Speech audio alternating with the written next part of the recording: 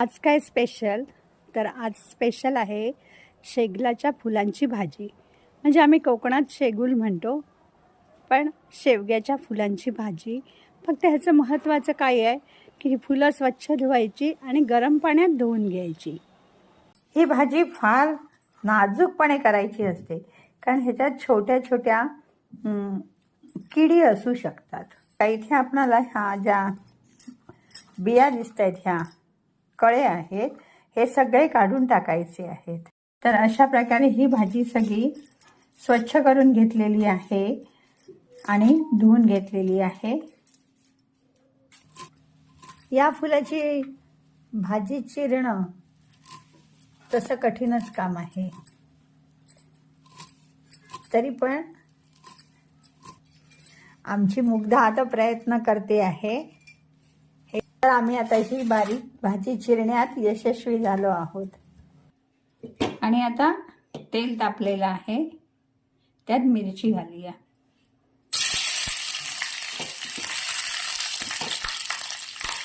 आणि आता कांदा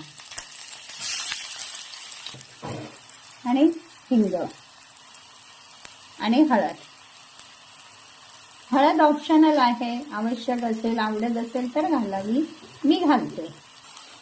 आणि आता हा कांदा चांगला भाजलेला आहे. आता त्याच्यात आपण फुलं घालूया आणि आता ही छान परतून घेऊया. अतिशय सुंदर अशी ही भाजी लागते. आजकाल एवढे कष्ट कोण करायला बघत नाही, कारण हे साफ करणं हे फार मोठं जिकरीचं काम असतं. आणि मीठ जरा बघूनच घालावं, कारण एवढीशी भाजी होणार आहे ती.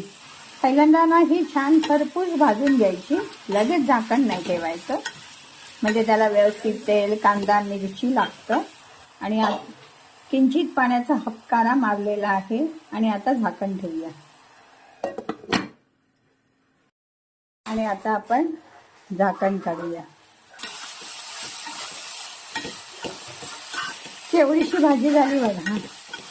म्हणून ही भाजी ना कांदा आणि खोबरं भरपूर घालून करायची. आणि आता खोबरं. आणि आता खोबरं घातल्यावर ही भाजी चांगली चरचरायला हवी. त्याच्यात पाण्याचा अंश असता कामा नये. चरचरली ना की खूप छान लागते. आणि कोथिंबीर. मया आमच्याकडे पेज आणि शेगलाच्या फुलांची भाजी खायला. धन्यवाद.